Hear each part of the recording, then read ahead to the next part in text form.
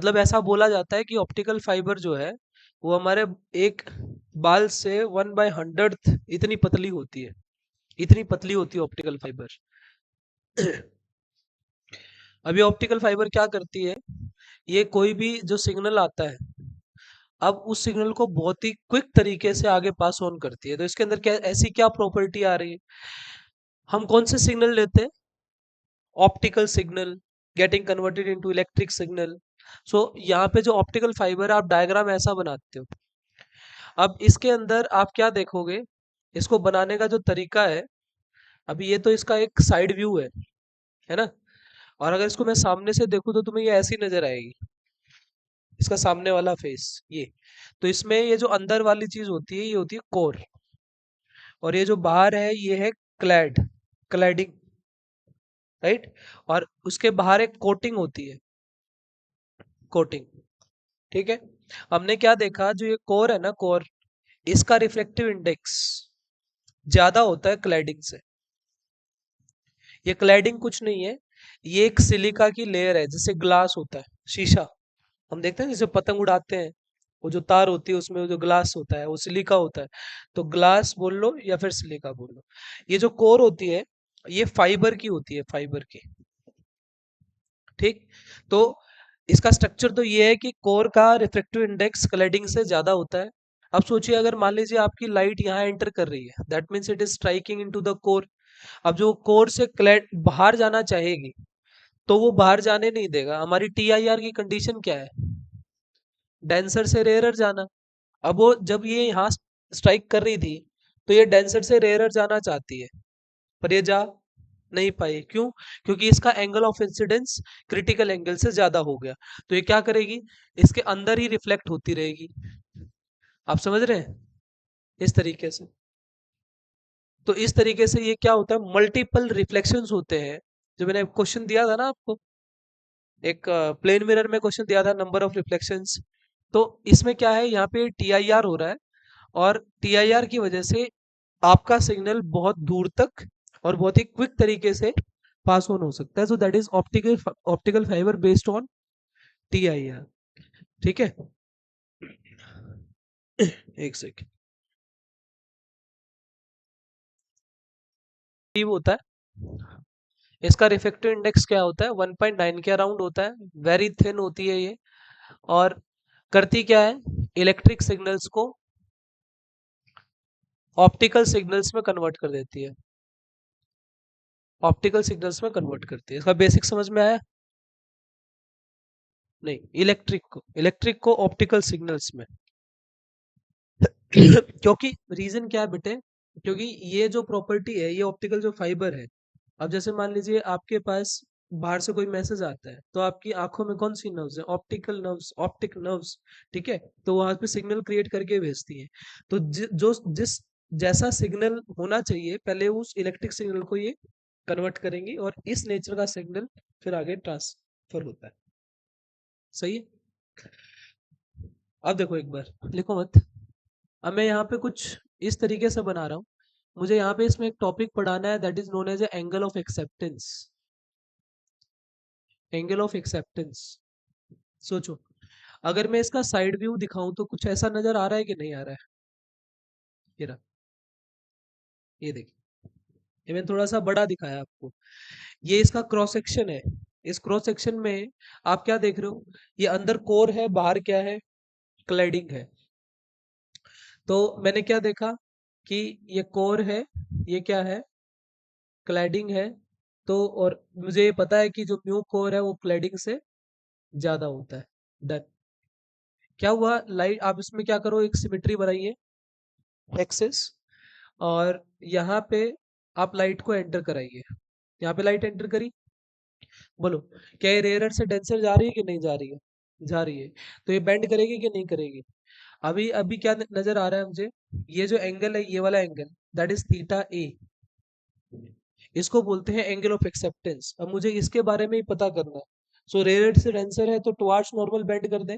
तो कुछ कुछ इस तरीके से ये बेंड हुई। अब देखो, जब ये यहाँ गई तो यहाँ भी इसने मीडियम चेंज करना चाहा कि नहीं चाहा, लेकिन ये बाहर नहीं गई, तो obviously this angle is known as theta C. बोलो, तो यहाँ पे क्या बना, ये 90, तो ये एंगल कितना, 90 माइनस थीटा सी। आ रहा है समझ में?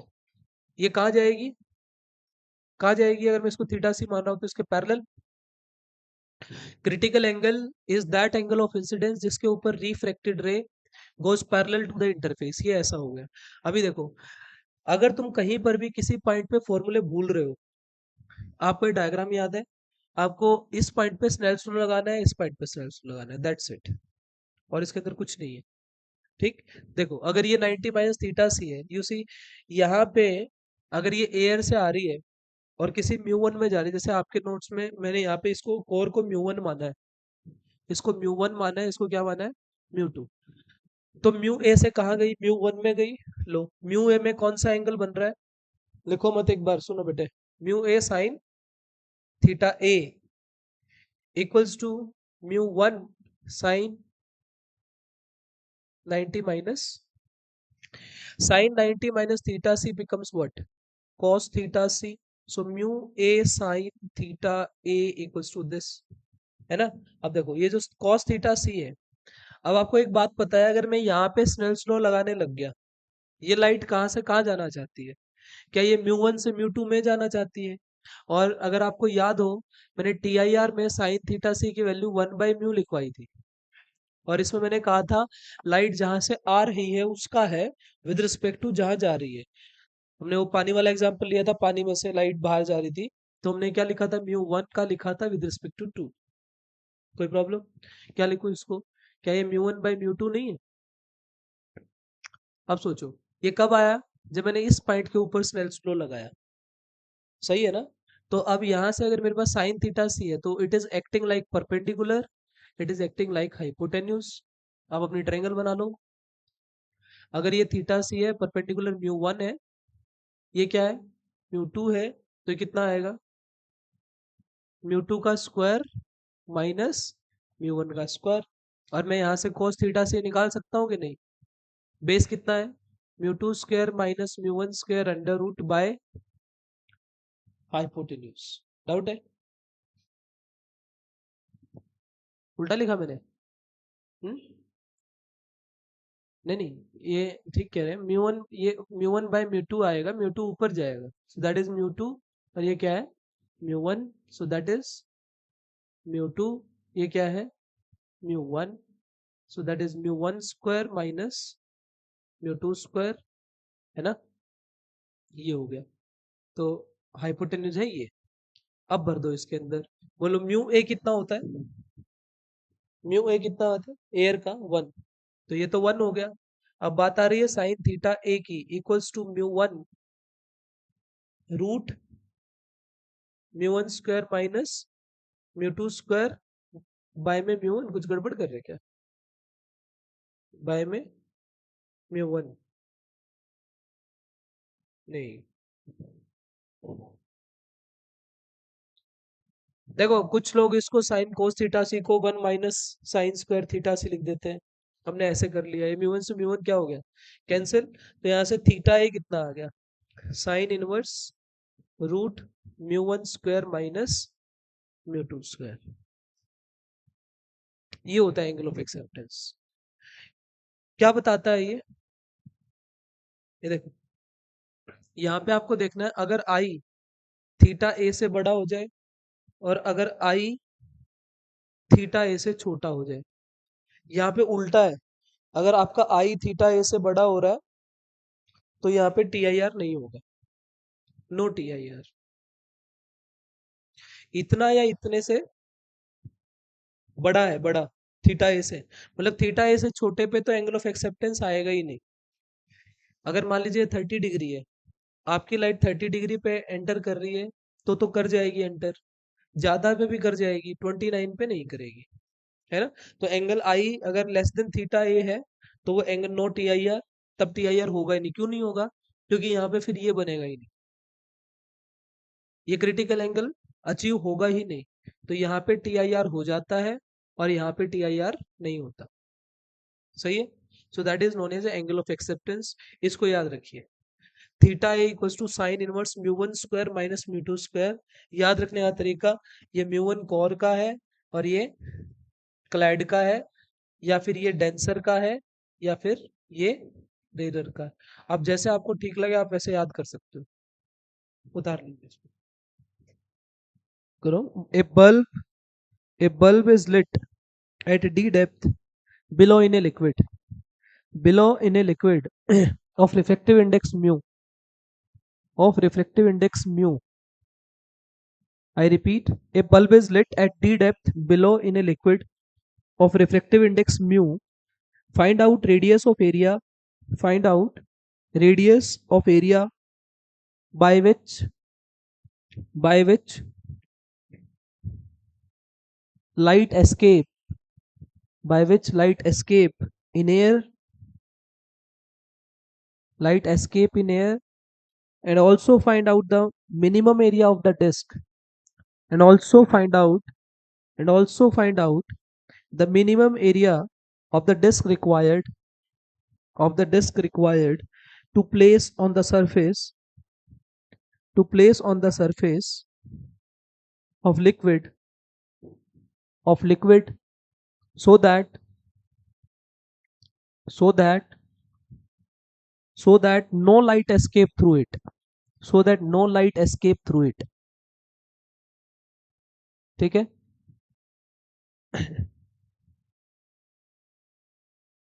देखो इधर, जैसे मान लीजिए बेटा ये है डी डेप्थ के ऊपर एक बल्ब ग्लो किया आपने, ठीक, लिक्विड में। इसका रिफ्रैक्टिव इंडेक्स कितना है, म्यू। देखो आपकी एक अंडरस्टैंडिंग ये है कि यहाँ पे जो बल्ब है, यहाँ से जो लाइट निकलेगी अगर आप उसको ऊपर से देखोगे तो वो आपको स्फेरिकल सी नजर आएगी। ठीक है, तो मैं इसको मान के चल रहा हूँ कि यहाँ से मान लीजिए लाइट गई कुछ इधर और कुछ इधर, तो आपको क्या नजर आ रहा है। देखो ये पूछ क्या रहा है, दोनों की स्टेटमेंट सुनिए, इसमें दो क्वेश्चन है, आंसर सेम है, लेकिन वो तरीके अलग अलग है। वो ये पूछ रहा है कि इस लिक्विड के सरफेस के ऊपर एक ढक्कन रखना है ताकि लाइट बाहर ना निकले, तो उस ढक्कन का क्या बताना है, एरिया, रेडियस, कुछ भी पूछ सकता है। या फिर वो ये पूछ रहा है ये जो एरिया बन रहा है ना ऊपर, ये एरिया बताइए कितना है। तो बात तो एक ही हो गई कि जिस एरिया में से लाइट निकल रही है या फिर इसको बाहर नहीं निकलने देना, उसके लिए जो उनसे डिस्क रखी जाएगी उसका एरिया, ये निकालना है।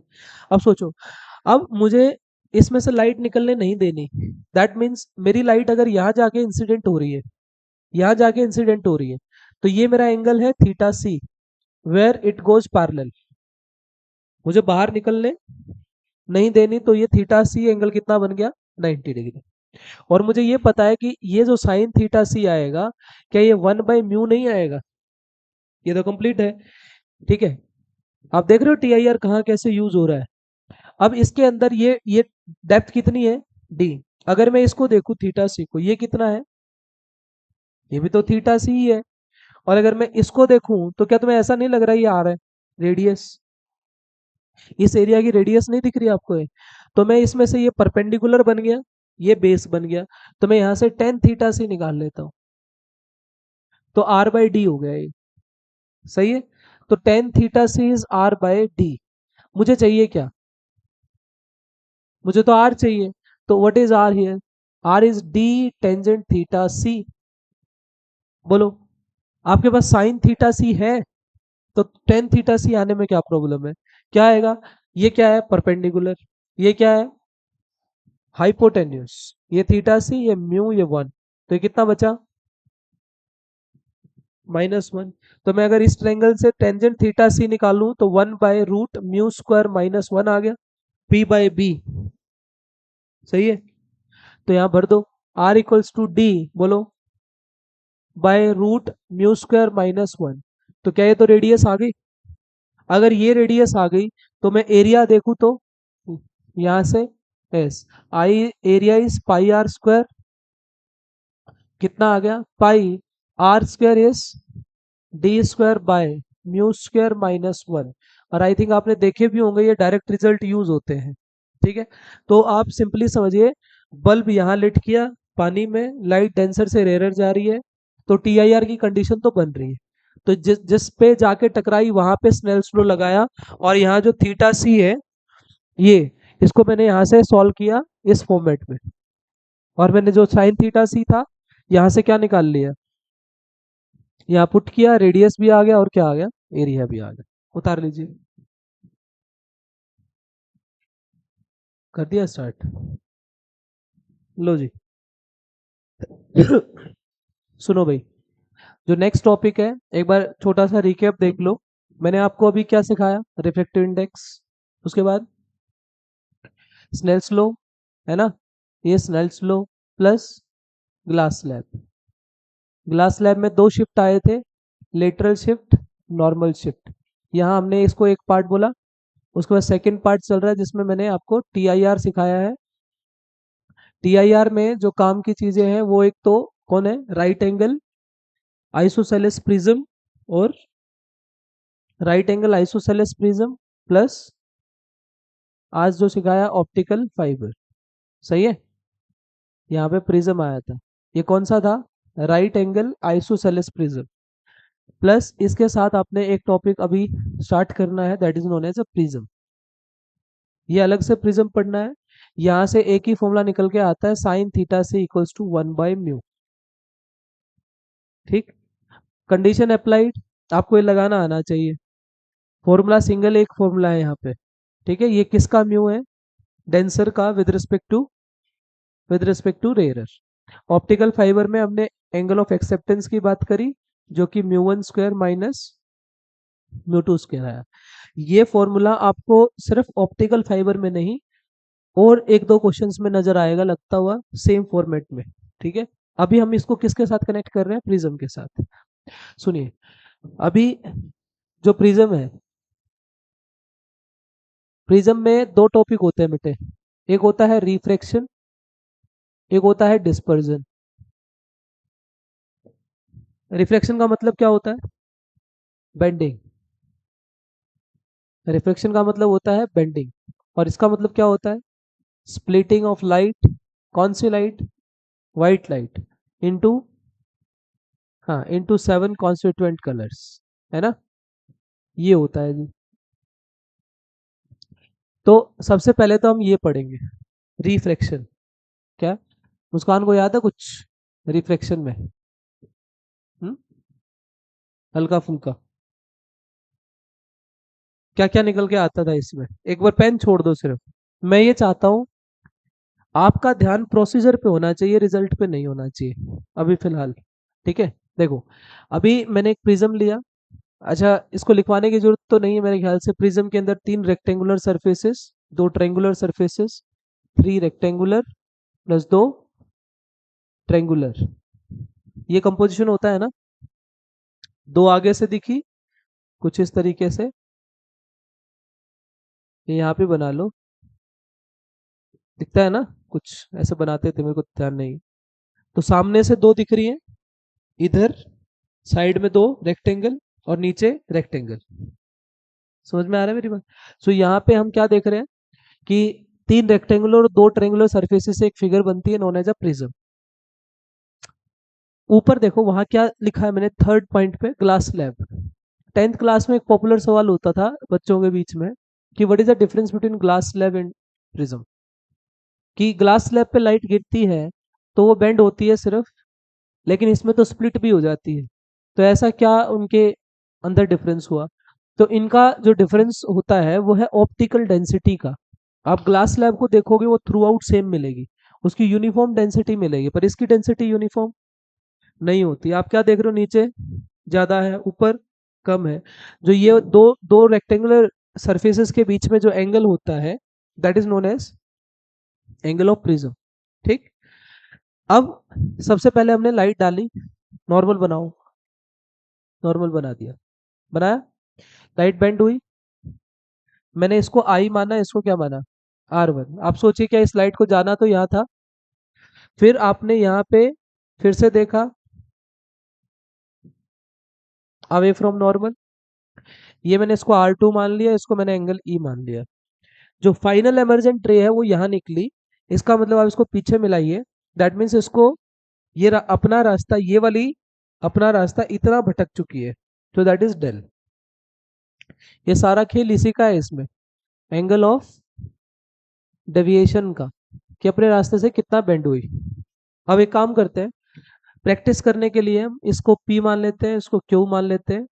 ठीक है, मुझे स्नेल्स लॉ की इतनी खास नीड यहाँ पे है नहीं चीजें निकालने के लिए, बट फिर भी हम एक बार ले लेते हैं। ये म्यू एयर है, ये क्या है, ये म्यू ले लेते हैं, या इसको वन ले लो, वन है ना ये।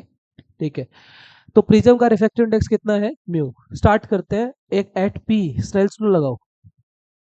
Eight P Snell's law, mu one है, साइन आई किस में गई, म्यू में गई, वहां पे साइन आर वन बन गया, ये हुई। ऐसे ही अगर मैं क्यू पे लगाना चाहूं तो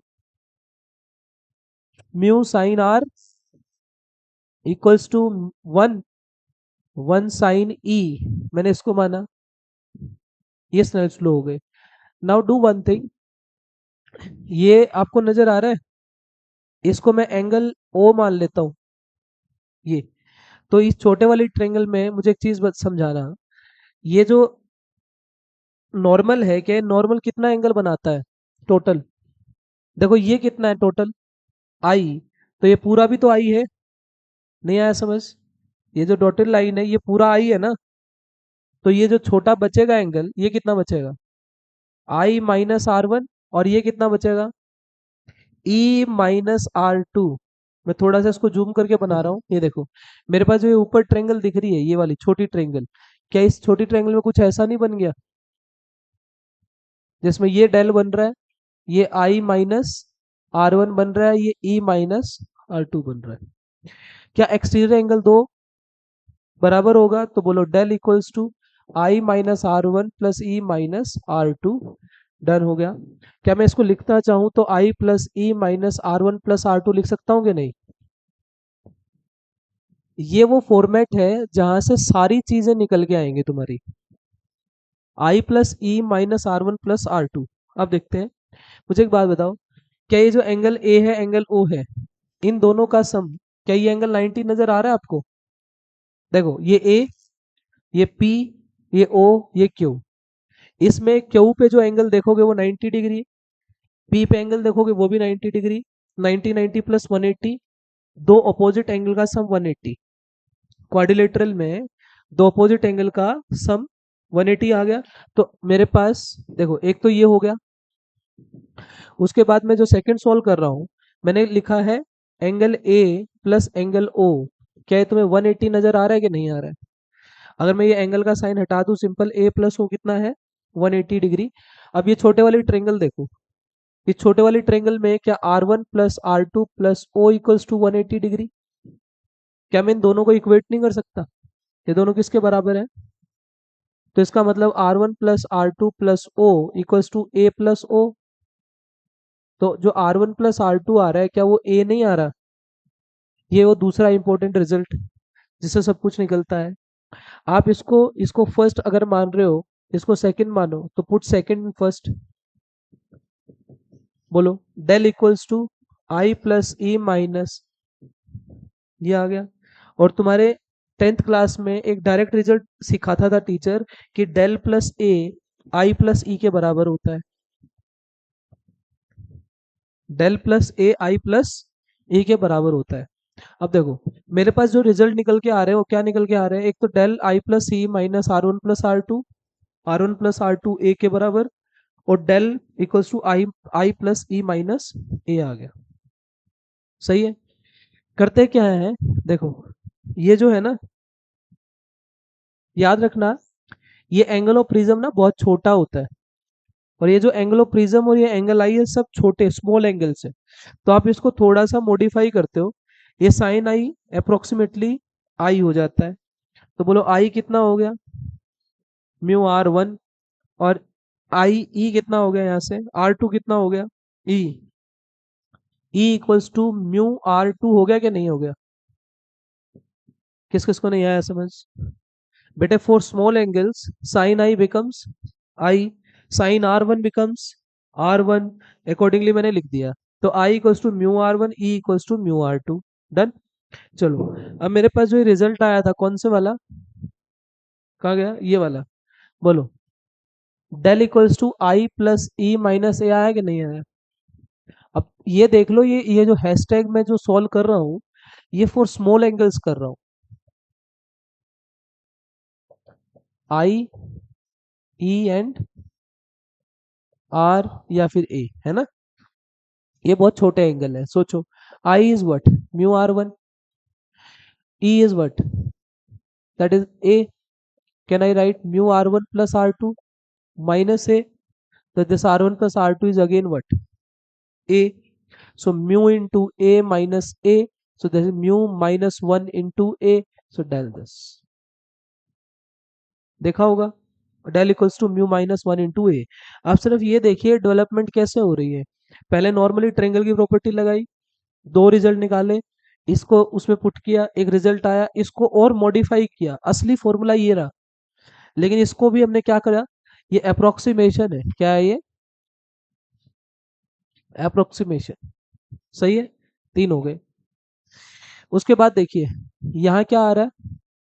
अब मैंने मान लिया आपसे ये पूछा कि जो डेल मैं निकाल रहा हूँ, ये मेरे को मिनिमम चाहिए, ठीक है ना। ये असली चीज यहाँ पे शुरू हो जाती है, angle of minimum, minimum deviation. तो एंगल ऑफ मिनिमम डेविएशन क्या होता है, इसको हम डेल मिनिमम दिखाएंगे। हमने नोट किया कि जो एंगल आई है, जब वो किसके बराबर हो जाए, ई के बराबर हो जाए, या फिर आर वन जो है वो आर टू के बराबर हो जाए, तब क्या मिलता है, होता है, सही है बात। देखो एक चीज और ध्यान रखना, इसकी पहचान क्या क्या है पेपर में, एक तो ये दिखेगा तुम्हें, और दूसरा जब लाइट आएगी तो this reflected ray goes parallel to this base. अगर वो बोले ना कि बेस के पैरेलल जा रही है ये वाली लाइट, तो ये मिनिमम डेविएशन होगा यहाँ पे। तो आई ई के बराबर मैंने इसको क्या मान लिया, आई, इसको क्या मान लिया, करके देखना एक बार, करे, बताओ क्या क्या आएगा। हाँ जी, मुझे यहाँ से निकालना क्या है, आपको याद है हम क्या निकालते हैं इधर, प्रिज्म फॉर्मूला। क्या होता था prism formula, mu equals to, mu equals to sine del minimum plus A by two sine A by two, होता है कि नहीं। ये फॉर्मूला होता है प्रिज्म फॉर्मूला। ये कैसे आया, कैसे आया ये, हम्म, यहाँ देखो, ये जो आई है, आई कहाँ गया, ये रहा, आई प्लस ई माइनस ए, ये रहा। डेल कैसे निकाले इसमें से, देखो we know that del equals to I plus E minus A, मैंने इसको आई प्लस आई रख दिया। हाँ तो ये कितना हो गया, आ रहा है समझ, तो कितना हो गया, two I minus A del, बोलो यहाँ से आई कितना आएगा, del plus A by two, और ये अंडरस्टूड है, ये कौन से वाला है, दूसरा रिजल्ट क्या था, R one plus are two किसके बराबर, ए के बराबर।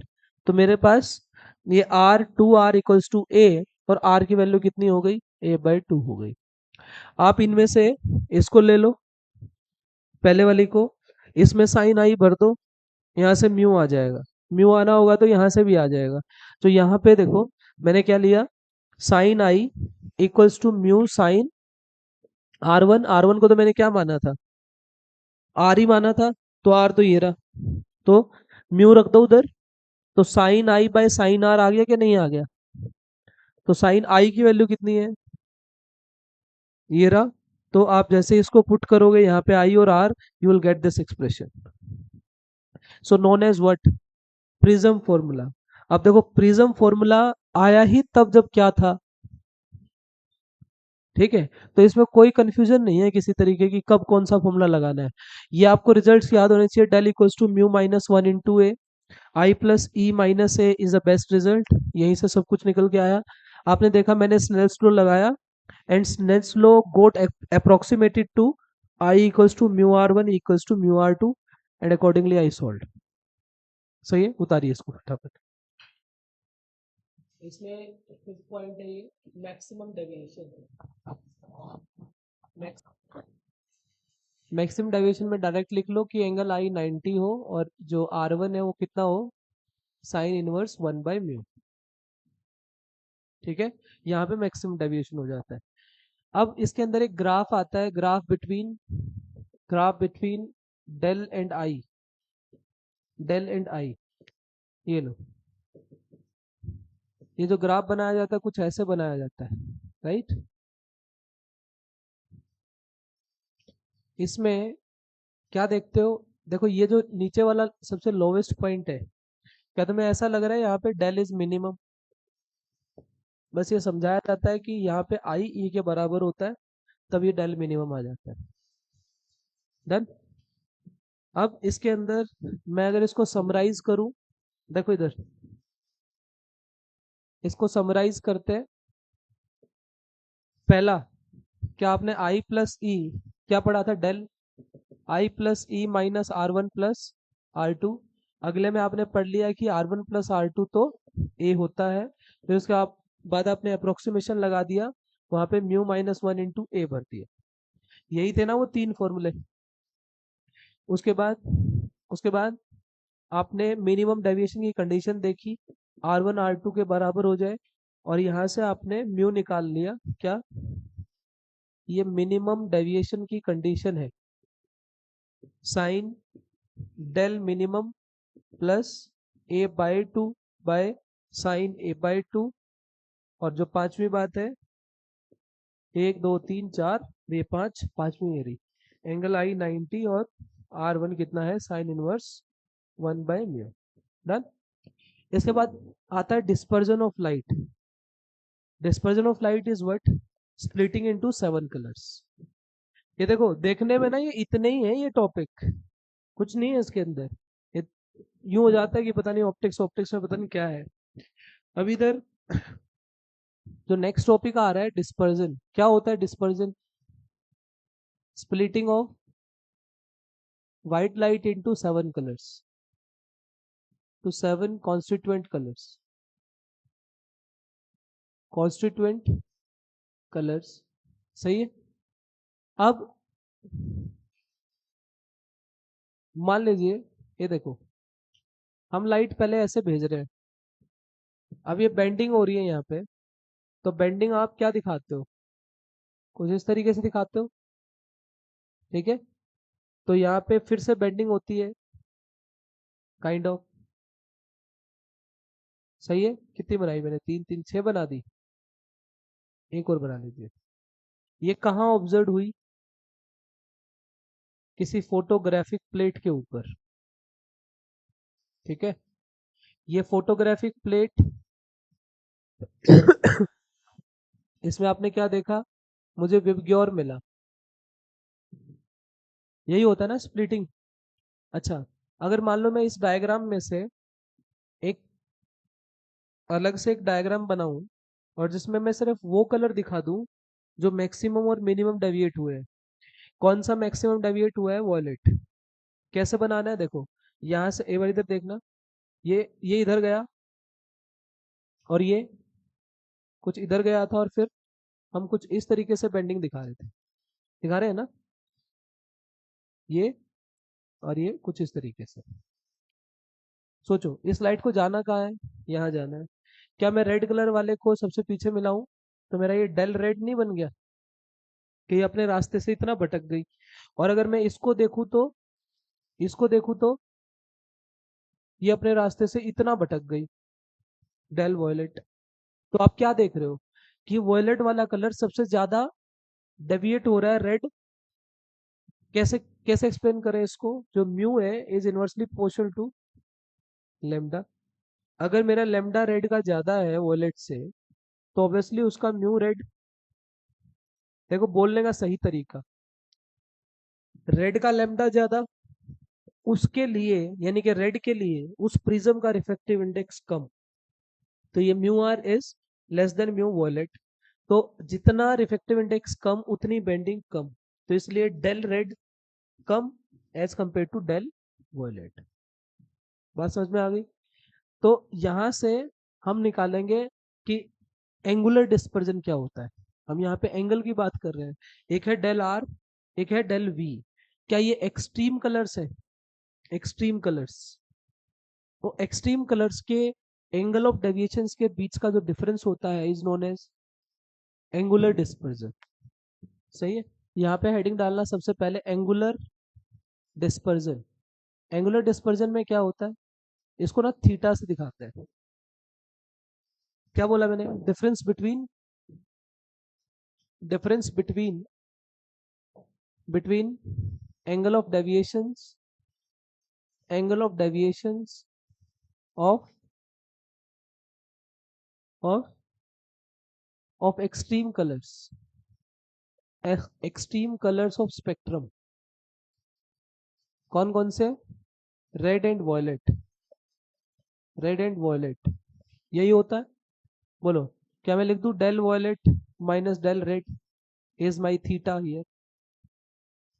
ठीक है, देखो इधर अब इसमें फॉर्मूला कैसे बनाना है आज था। यहाँ डेल का फॉर्मूला बेटा म्यू माइनस वन इंटू ए है, मुझे ये लगाना है। कैसे लगाऊं इसको? ये देखो, डेल वॉयलेट है तो वॉयलेट के लिए म्यू वॉयलेट का ही है, माइनस वन इंटू ए।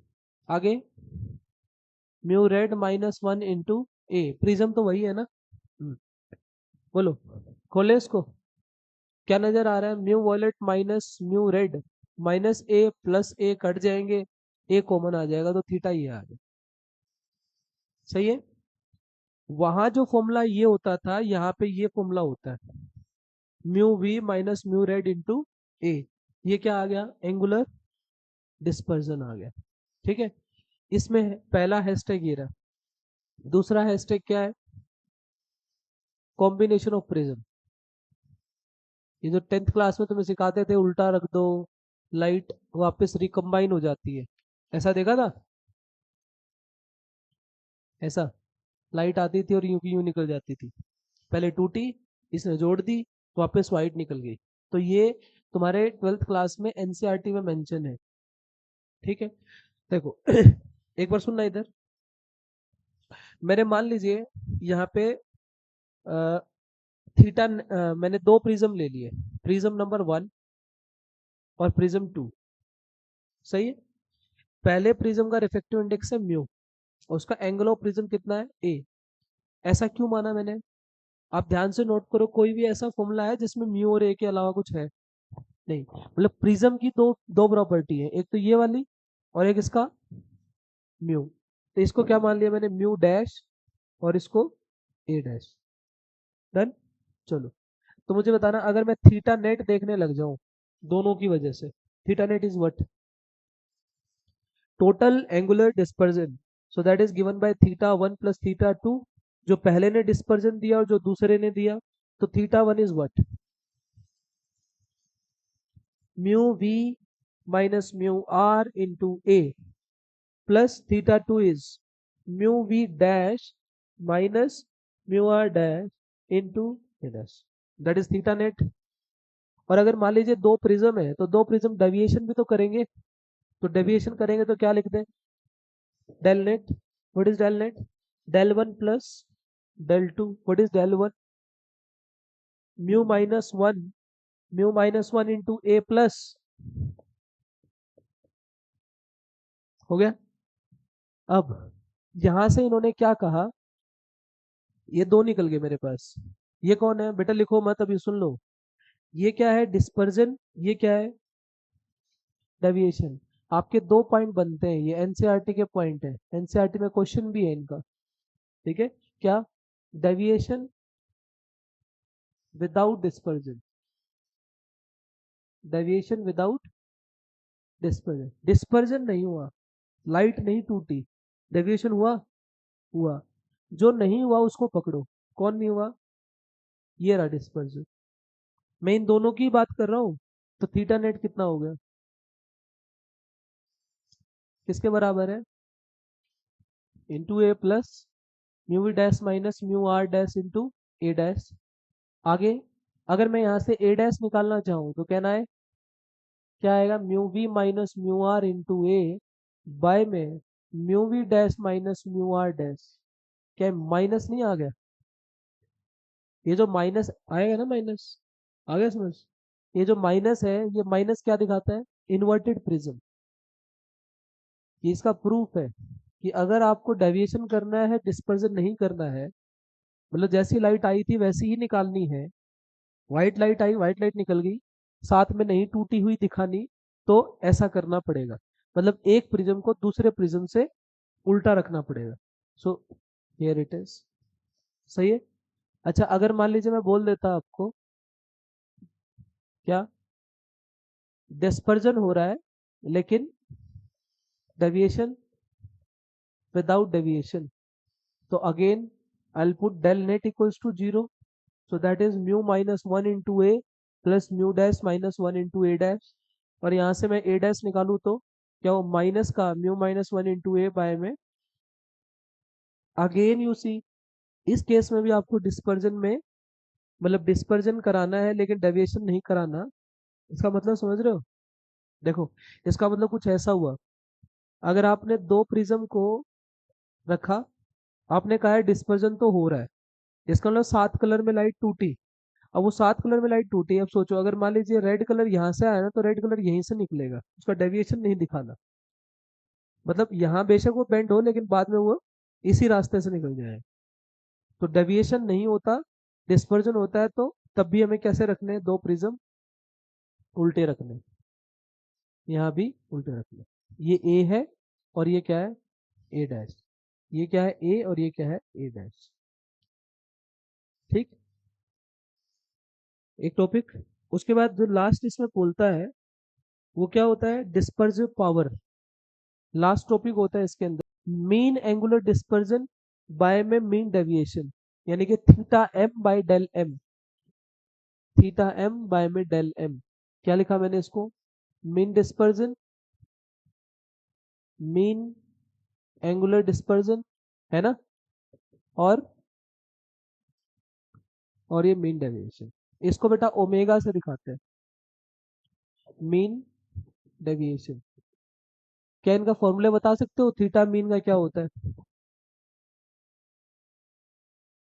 नहीं, डेल मीन, इसमें डेल मीन कैसे निकालेंगे, एंगुलर डिस्पर्जन बाय में मीन। एंगुलर डिस्पर्जन तो ये रहा, ये रहा angular dispersion, del V minus del R. लेकिन इस नीचे वाले डेल एम को कैसे दिखाओगे? देखो, याद रखना, ये जो एंगुलर डिस्पर्जन है, ये तो मैं इसका ही दिखाता हूँ, डिवाइडेड बाय ये जो डेल मीन है। सारा पंगा यहाँ है, अगर ये जो डेल मीन है, मैं इसको ऐसा भी दिखा सकता हूँ, इसको मैं डेल रेड का और डेल वोलेट का मीन भी दिखा सकता हूँ। सही है। तो यहाँ भरना इसको क्या आएगा, ये del V minus del R divided by mu minus 1 into A, ऐसा नहीं भर देंगे? और del V minus del R क्या था, नहीं, del V minus del R कितना आता था सोल्व करने के बाद, थीटा कितना आता था, म्यू वी, डायरेक्ट लिख दे, mu R into A by में म्यू माइनस 1 इंटू ए। तो ये कट गया, तो कितना आ गया यहाँ से, mu V minus mu R divided by mu minus.